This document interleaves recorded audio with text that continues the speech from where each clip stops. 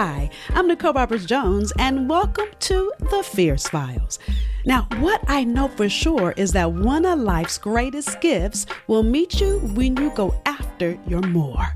And so here is why I share with you thought-provoking insight and behind-the-curtain conversations with women who have reached the pinnacle of success because they went after their more. Now, I really want you to get this. One idea from these episodes can make a remarkable difference, not just in your career, but in your life. And I want to make sure you join the conversation in our Facebook group. So go to findyourfiercemovement.com. Now grab your pen and get ready for today's session of The Fierce Files. Hello out there, and welcome to this episode of The Fierce Files. You know, I always say this, I always get excited when I get to bring one of my girlfriends to you, and so excited about this woman today. So let me introduce her. Her name is Nichol Whiteman.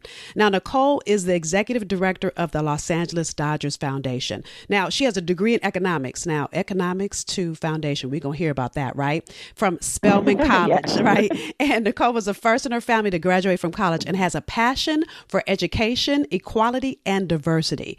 Her unwavering dedication resulted in positions in investment management and publishing before beginning a philanthropic career as the vice president of the Western region of the Jackie Robinson Foundation, which, by the way, she has a special tie.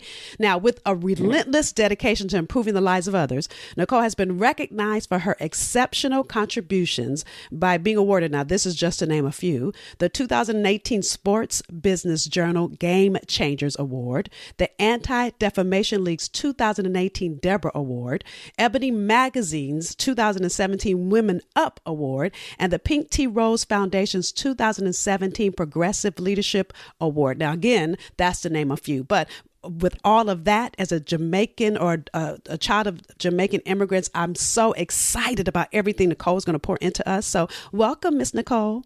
Thank you, Nichol. I really appreciate it. I've always loved that we share the same name. Right, but nobody spells it like you, girl. Your name is altogether special. Thank you. So with that, you know, I love now when I met Nichol, and this is an interesting fun fact, Nichol worked at Black Enterprise, and I, at the time, only had a nonprofit. And I can't remember how we connected. I don't know if it was via email or I met you at some networking event, and we went to lunch, and we became instant friends, right? Yes. I think we did meet at a networking event, and we just stuck. You're right. Right. And that was like, do you remember what year that was in? That must have been like 2008 or 7, or it was a minute ago. No, it had to be before that. Early. It had to be earlier, maybe 2001. I moved here in 2001, and it had to have been shortly thereafter, maybe 02 or 03. Oh my God, that's a trip. And when I said 2008, I realized I knew you before I knew my husband. I'm like, okay, so it had to be before then. So with all of that, I love just having the opportunity to have watched your trajectory over time.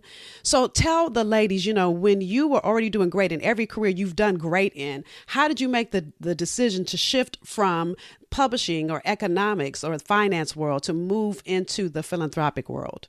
Yes.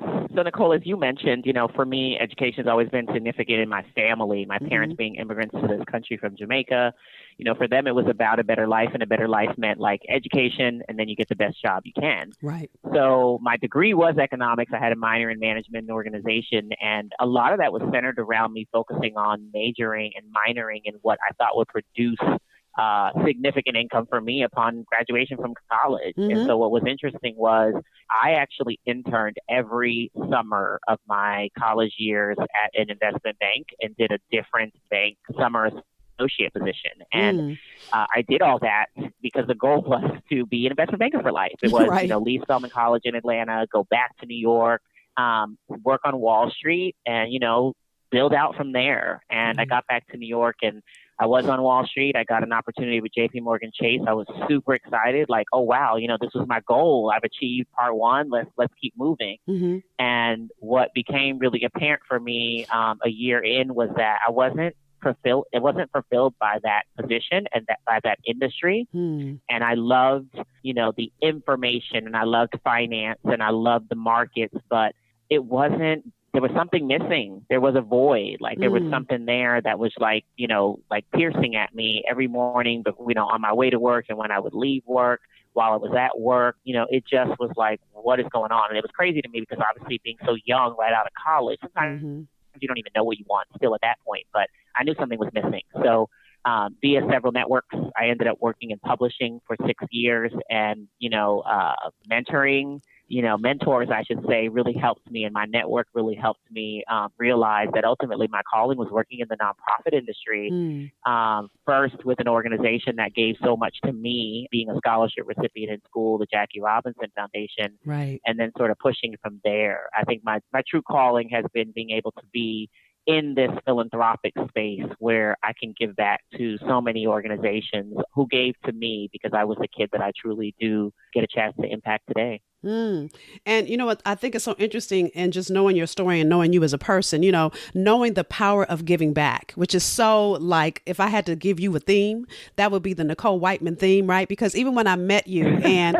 I started talking to you about how I was working with young Black girls, and I mean, you were so intrigued by that. And then you ended up being on the board and really helping me build that organization. And I appreciate all the hard work and you being there with me in the trenches. And even when I was moving, you were the one that said, girl, didn't you say you wanted to move? We got this in LA. I'm like, huh?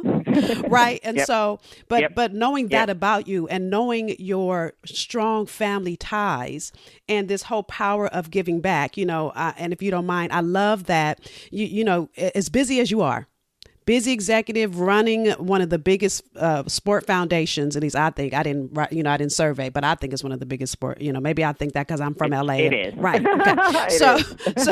So running one of the biggest, right? And I see you at games. I see how you incorporate your children, bring your children to games. And so you're not leaving anything behind.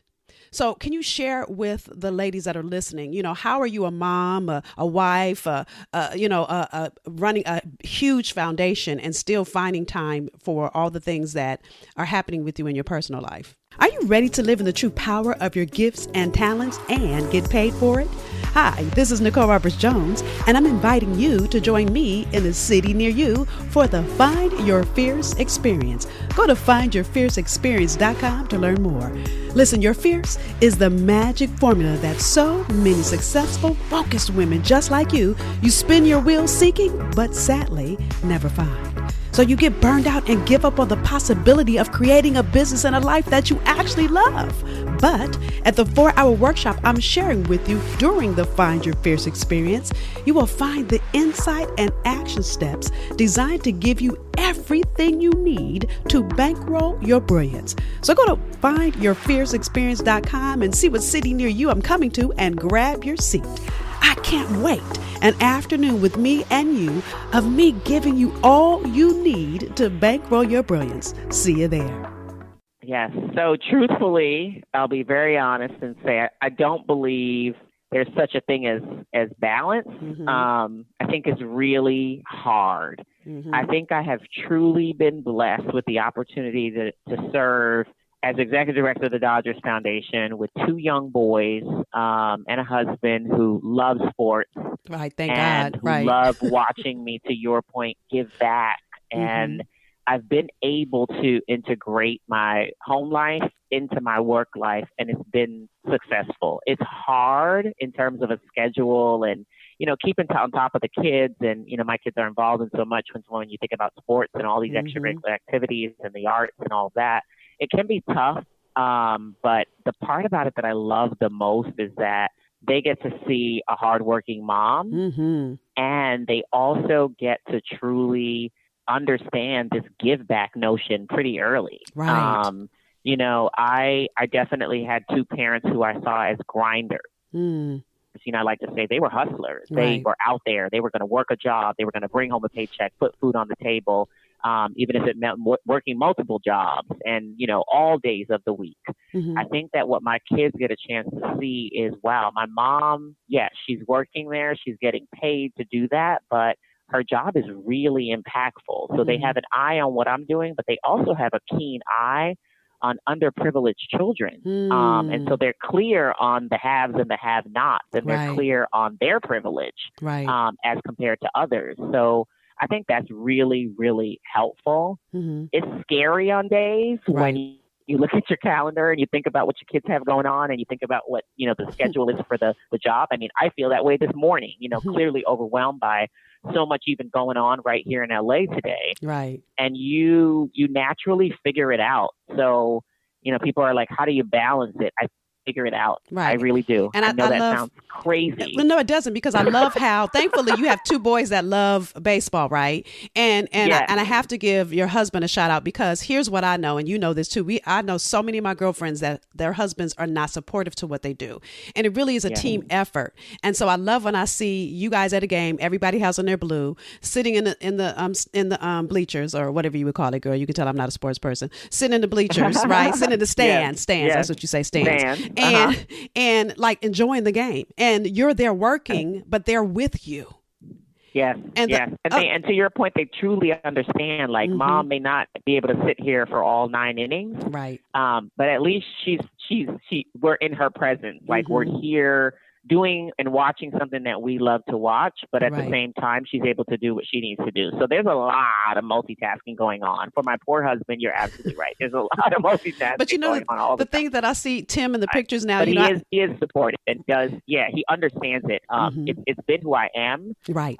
Who I've been for forever. So, when you sort of meet somebody and you're like, oh wow, I think it's and I like to think it's part of what he truly loves about me, right? So the ability to sort of do this multitasking, but watching me do my thing and praising it is really special. It's a really special component of his of the way that he and I interact and communicate. And I love that you said, this is how I've always been.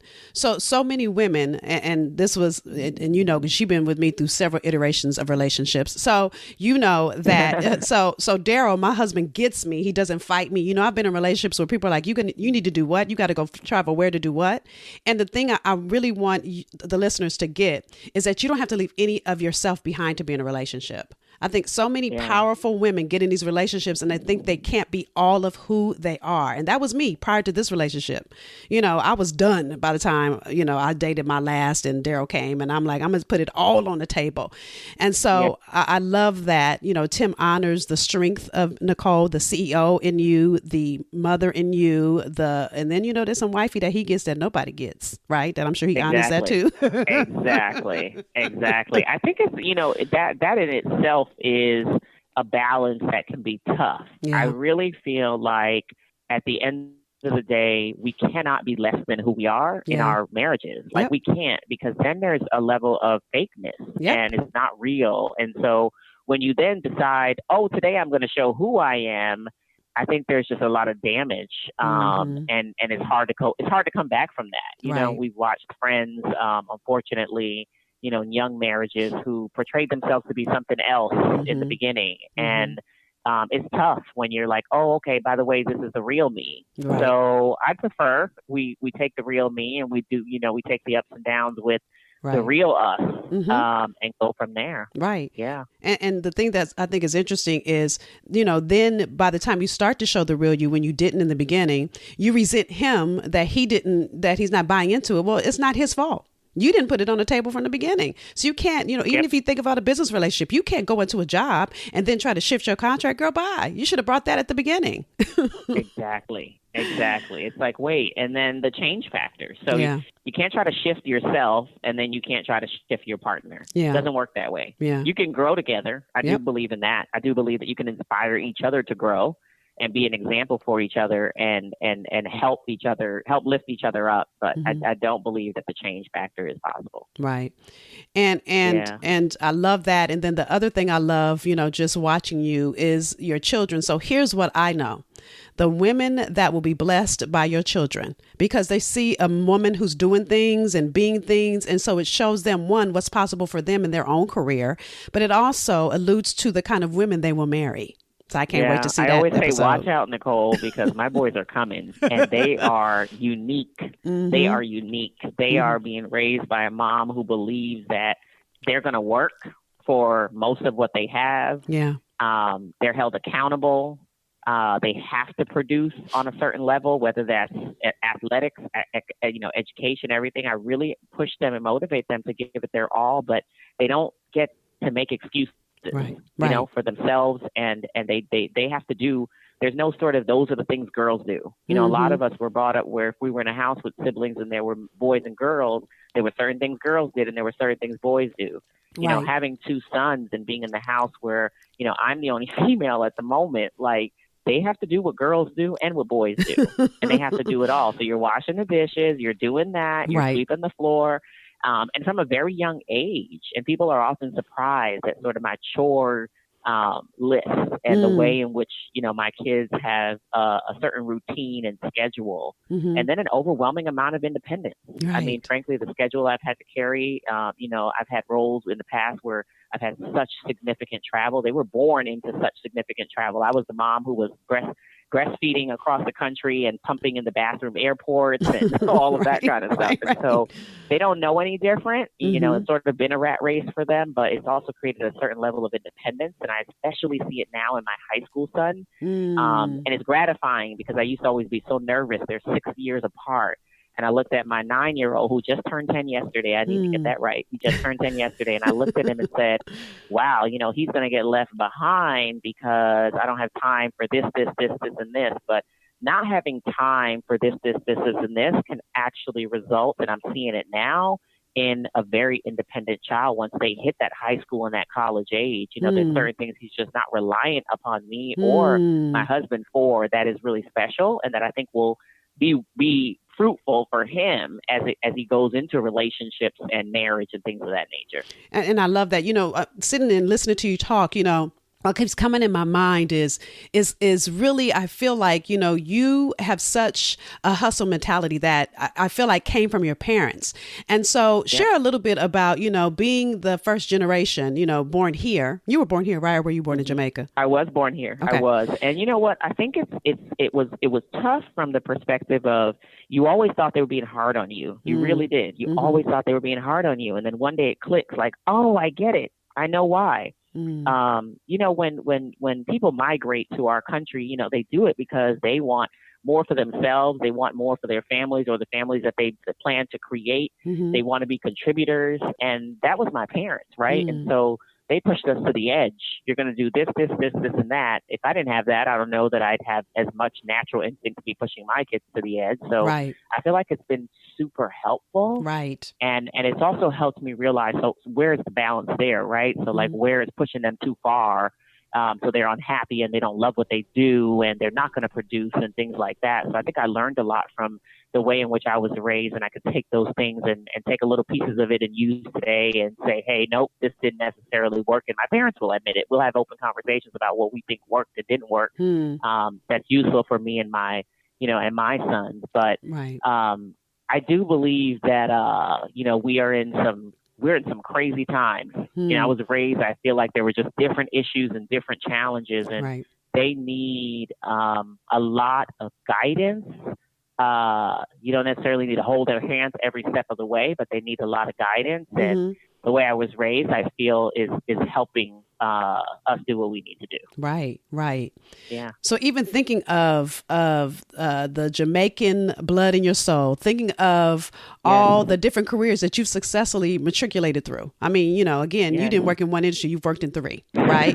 And so thinking about all the journey that you've been on already, and I know you're not done. Knowing you got another move coming. I'm not trying to scare the Dodgers, but I know you well enough to know another move is coming. So with all of that, tell me, when you have to think about what you've had to give up or what you've had to let go, every time you move into a new arena, what would that look like? Or you can tell one story, something that you've had to give up or let go. Yeah. You know, I've never given up being a hard worker and standing for what I believe in. So those are two things that I believe there's a way to do it without being sort of the angry woman in the room. Right. But I've been in a lot of situations where I've been in male-dominated environments, including the one I'm in now, or serving as, you know, one of about 25 members of the leadership team here within a Dodger organization and being the only Black and one of maybe 4 females.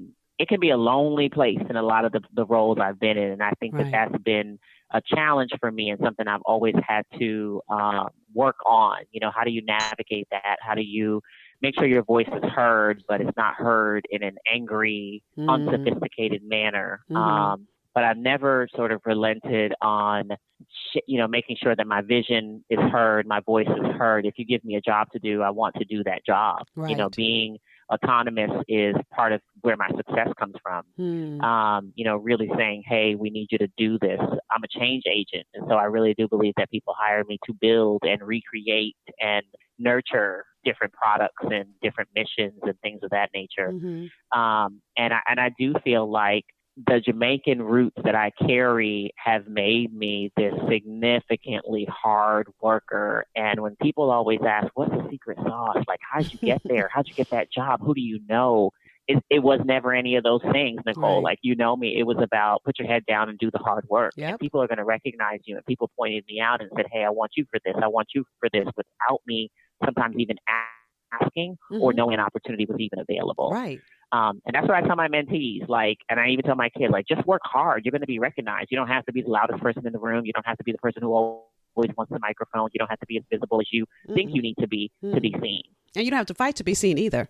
The thing that I love watching your career is most of the opportunities, we'll have a dinner. I promise you, and this doesn't always happen like this, or lunch, because now I don't live in LA. So when I come in town, when I get to see you, right? So it's so funny. We'll be in Boston at the same time. It's like, girl, I can't. I got the World Series. Like, no problem, right? But the point is, every time I've ever talked to you, you're like, I think it's time for a next move. Within 6 months, you're like, okay, I'm working at so-and-so. It's like, well, girl. And I know that happens. You don't search for the jobs. Like you said, you're the kind of person that you work really hard, that you get recommended.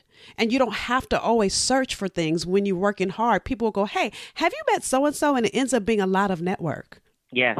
The people that you meet along the way matter in such a big way. I'm glad you said network. They've mattered. There's so many people that have mattered in my life. And to that point, again, they've said, hey, do you know your capacity? Do you know your capabilities? Did you know you could do this? And I feel like, all those people have been champions and have a lot to do with why I'm doing what I'm doing, but why I also just feel so compelled to continue to push forward to make them proud. Right. And the thing also that I love about you, when I just asked you what you had to let go of, and you probably don't even realize that you let go of this. So I have a lot of conversations with women that work in corporate America. And the one thing that most women, not all women, because you don't do this is what you let go of, and you don't even realize you let go of this. But most women do is when someone asks us, can we do something? If we don't know how to do it, we hem and haw, and we may say we don't know how to do it. When people ask a man, do they know how to do something? They go, sure. And then they figure it out. They figure it out in the middle of doing it. Right. And that's who you are. I mean, totally. You will get a job opportunity and you're like, that sounds like a great opportunity. I'm gonna figure it out. Instead of you going, well, I don't know, because I'm not sure. And that's what many of us as women do. And so I just wanted to acknowledge you for that, because you let go of it and didn't even know. And that might be, maybe that's being raised by immigrants, because what I know is when you come to this country, you said this a few minutes ago, you come to make a better life. And so I've seen so many of my friends that, I have Cuban friends, I have Jamaican friends, I have friends from all Dominican friends whose parents migrated here, and the hustle I see in their parents, like, no, girl, I moved here so you could have that opportunity. Don't tell me you can't do that. It's different than my parents that are from. Look, right. Yes, no cants. And you're not to your point, I didn't think about that when you asked the question, because I don't think about that. My mantra is just figure it out. Yep. I can do it. Oh, I've never heard of that before. Well, I'm going to go find out. I'll get back to you. And that's the power of your network too, because you will make a phone call. I will surround myself with people who are smarter than me to even help me do what I need to do and produce whatever you've asked me to produce. Right. Yep. Right. Yep. And that's why you've had such a phenomenal career that's not even halfway over. So thank you. So and I love that. And when I think about my parents, South Central LA, love my parents. I'm not trying to, minimize them, but the hustle's different. The hustle's different and even looking at the things that are going on, and I'm not going to go into a political conversation because I can go in a whole nother way, but looking at what's happening right now, girl, with immigration and, the fight that so many people have to go through to get here. I get it. My parents didn't have to fight for me to go to school. They might have to fight to get jobs, to have the finances. That's one fight that your parents went through that too. But there's a whole nother fight before you even get to that fight what immigrants have to go through. And so I love seeing. It's finding your place. I think the difference is, yes, you sort of feel you might already have a place. There is still a hustle. There is still a grind, and there's still a hunger that happens, especially if you're, raised and growing up in the inner cities, period, right? Especially in some places in our country and South LA included. I do think there's that added coding if you're doing it coming from another country as well. Yeah. Yep. Yeah. Yep. So, and I just love seeing that kind of flourish through you in a whole nother way. So if you had to give your younger self, right, when you were like 10, advice as to who she is going to be, what would you tell her? Wow. That's a deep I one, would right? say you are going to be, I would say you can be whatever you want to be, but your tool and your skill is going to be pouring yourself, energy, time, money, advice into others. I think that I would have told myself that my sort of mission, my personal mission in life is going to be a give back one. Yeah. And that's where I'm going to find my personal reward. That's what's going to make me happy, so that I can continue to make others happy, and be this living lesson, be this living example to others. That, essentially at the end of the day, you will be able to produce and be successful. You don't have to be a billionaire to do so.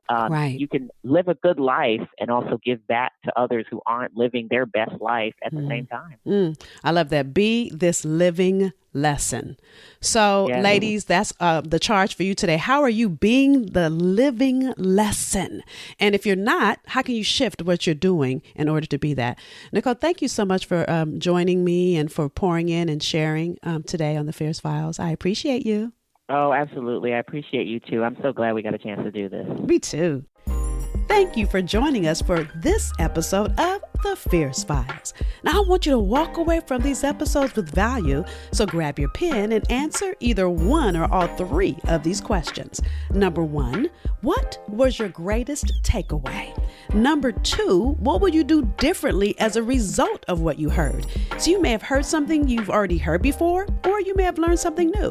Either way, don't take the insight that was shared with you for granted. So commit to doing one thing different because of what you heard. Number three, what was confirmation for you? What did you hear that confirmed you're on the right path? See, I want you to take a moment and celebrate you. Too often in our journey, we focus on what we're not doing and we forget to celebrate what we are doing. So what was something that showed you that you're headed in the right direction? Now, I want you to share your answers. Share your answer to either number one, what was your greatest takeaway? Number two, what would you do different? Or number three, what was confirmation for you?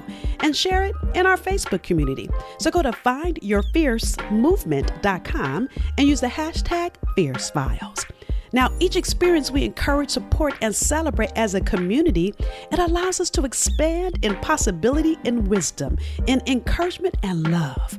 Now, we've invited you into our community to deepen our journey with being the answer someone needs and in being committed to your next level. So until the next time, be extraordinary, be unapologetic, be bodaciously you, go and be fierce.